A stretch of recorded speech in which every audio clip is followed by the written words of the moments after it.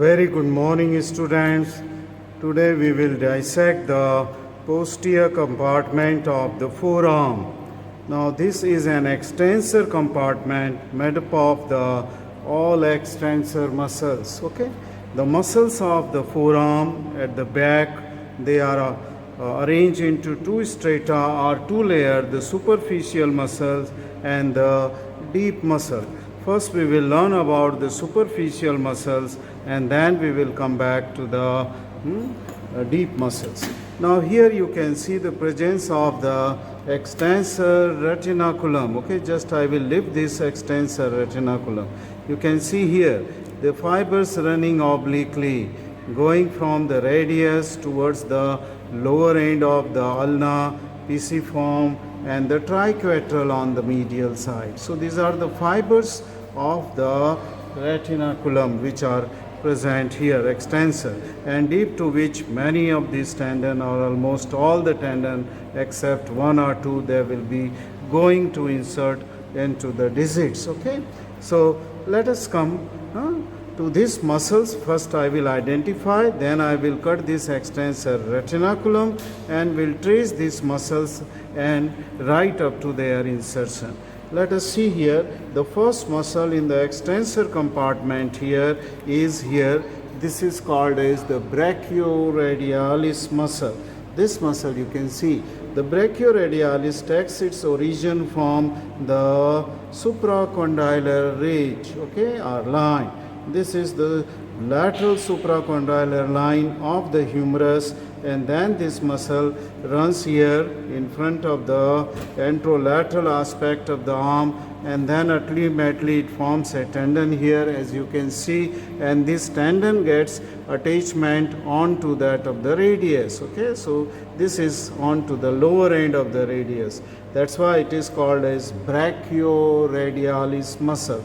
This muscle is supplied by the radial nerve, okay, while it lies in the arm itself, okay, between the brachialis and this brachioradialis. Okay, this is supplied by the radial nerve, and the function is that this is a strong flexor of the at the mid-prone position. See this limb is in the mid-prone position, and this is that strong flexor when the your forearm is in the mid-prone position, that is the flexor. The second muscle in this group is that of the extensor carpi radialis longus. This muscle which I have lifted in my finger, this is the extensor carpi radialis longus, and this also takes origin from the lateral supracondylar ridge or line here from the humerus here, okay, just below that of the origin of the brachioradialis. So this is the extensor carpi radialis longus. This muscle will go and pass through the deep to that of the extensor retinaculum, and then it will gain attachment here, as it is seen, this tendon here, okay, which I was just lifting this tendon. This tendon will go and get attachment to the base of the second metacarpal, okay, base of the second metacarpal bone. This is second metacarpal, okay. So the third muscle is the extensor carpi radialis brevis, okay, this was longus, and this is the extensor carpi radialis brevis, and this will also run into the same compartment deep to the extensor retinaculum where the longus was running. So the longus and brevis, they will run into the same compartment, but this tendon will go and get inserted onto the base of the third phalanx. Okay, now these are the two muscles which are the muscle of deeper compartment, abductor pollicis longus and the extensor pollicis brevis, which I will talk about these muscles later, but they are winding round, they are overriding, coming from the deep strata of the muscles, and then they lie onto the lateral surface of the extensor carpi radialis longus and brevis to go to their insertion. We will talk about this muscle later. Then this muscle, okay, this muscle which the tendon will divide into four, which is going into the deep to the extensor retinaculum and will gain insertion onto the medial four fingers on their dorsal aspect by forming an extensor expansion. I will just explain and will show you the extensor expansion. Then there is a muscle which is onto the medial side of this extensor digitorum, and this is called as extensor digiti minimi. This is called as extensor digiti minimi, which is inserting onto that of the medial side of the tendon of the extensor digitorum for the little finger. Okay, it will go, and I will expose the tendon here while it is. Then lastly, this muscle in the this muscle in the superficial group, it is the extensor carpi ulnaris. This is the extensor carpi ulnaris muscle is here.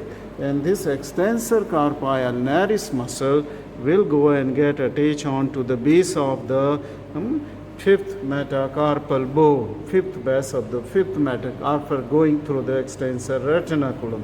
Now what I will do, I will cut this extensor retinaculum, okay, their compartments, and then will deliver these muscles, okay. First I will cut for that of the extensor carpi ulnaris, that is the most lateral compartment here, extensor. See, this is the extensor retinaculum is here.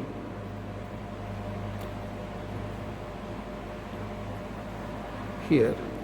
Okay, I hope you are able to see this. So I will cut it here, will expose, or better I will come after a few minutes after doing the dissection, and then will show you this muscle. Okay, we will meet after a few minutes. Welcome back, students.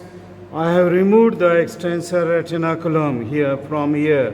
Now you can see that individual tendons are going towards their attachment. This is the extensor carpi ulnaris, the most medial tendon on the back of the forearm. This will go and get attached to the base of the fifth metacarpal.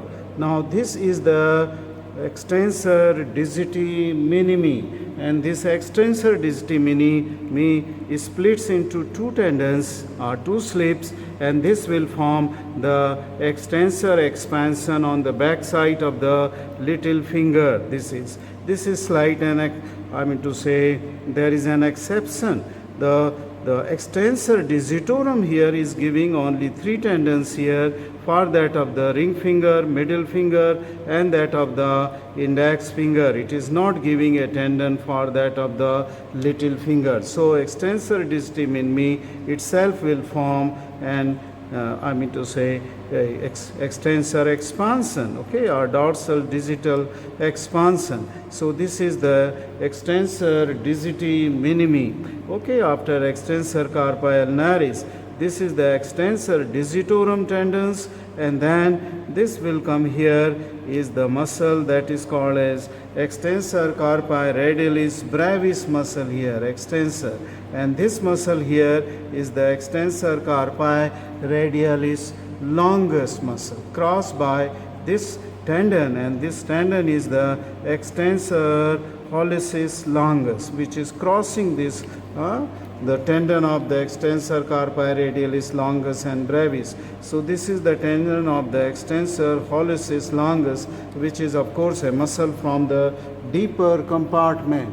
Now then you can see here, after longus and brevis, you can see these two tendons are extensor carpi, extensor pollicis brevis, and this tendon is that of the abductor pollicis. Okay, this is the tendon of the abductor pollicis, and this is that tendon which was on lateral side, and that is the brachioradialis tendon. Okay, this is the brachioradialis tendon is there.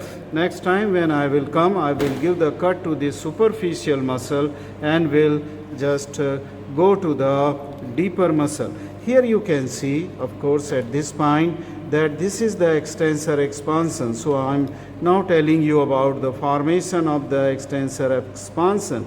This is the tendon of the extensor digitorum, going to that of the middle finger here. You can see this tendon of the extensor digitorum to the middle finger will flatten out here. Just this is deep is the metacarpophalangeal joint, proximal phalanx and the head of the metacarpal. And you can see here it has formed a hood-like structure deep to this. Okay, the central tendon is going here, but it has sent a slip on either side, that is the expansion, and on either side to this expansion there will be the attachment of the lumbricals and that of the interossei muscle. Okay, I hope that you are seeing this expansion. Okay, this where my forceps is there, same is on that side is here. So it has flattened out here, and then it has given a tendon which will splits into three, and you can see the middle portion of this tendon. See here where I'm just putting the tip of the forceps here. This middle portion of the tendon is here, which will go and gain attachment onto the base of the middle phalanx. See this tendon I am talking of. This tendon, let me do and pass the tip of the forceps. It is slippery. Okay. So this middle part of the tendon, see this middle part of the tendon is going here and getting attachment onto the base of the finger, middle phalanx. And then these two lateral slips which are going lateral to it, you can see here in my forceps is this lateral slip which I am tracing here. You can see this lateral slip is in my forceps. See this lateral and the lateral slip of that side. You can see now clearly.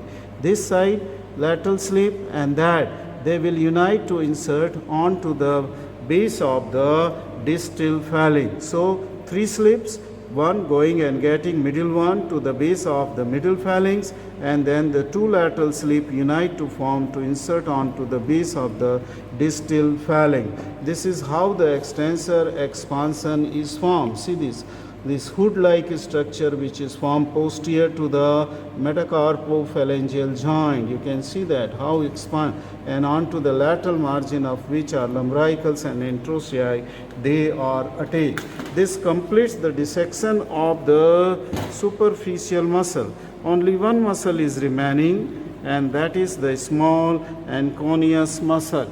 And here you can see that this is the posterior aspect of the lateral epicondyle from where this anconeus is taking origin, and then it will go fan out and will insert onto the ulna and will also extend onto the posterior surface of the ulna. So this is a long insertion of the anconeus muscle. This muscle is supplied by the notoanconeus, which is given in the radial groove, okay, or spiral groove in the arm, and then this now comes and insert. All these muscles, they are extensor muscles of the wrist. Though they are crossing to the joint, all these muscles, they are crossing the elbow joint also. So they are mainly the extensors of the wrist joint, okay, wrist joint, and as well as that of the elbow joint, right? Okay, so when I will come, I will cut this muscle superficial and will show you the five deeper muscles of the posterior compartment. Thank you for watching this video of superficial group.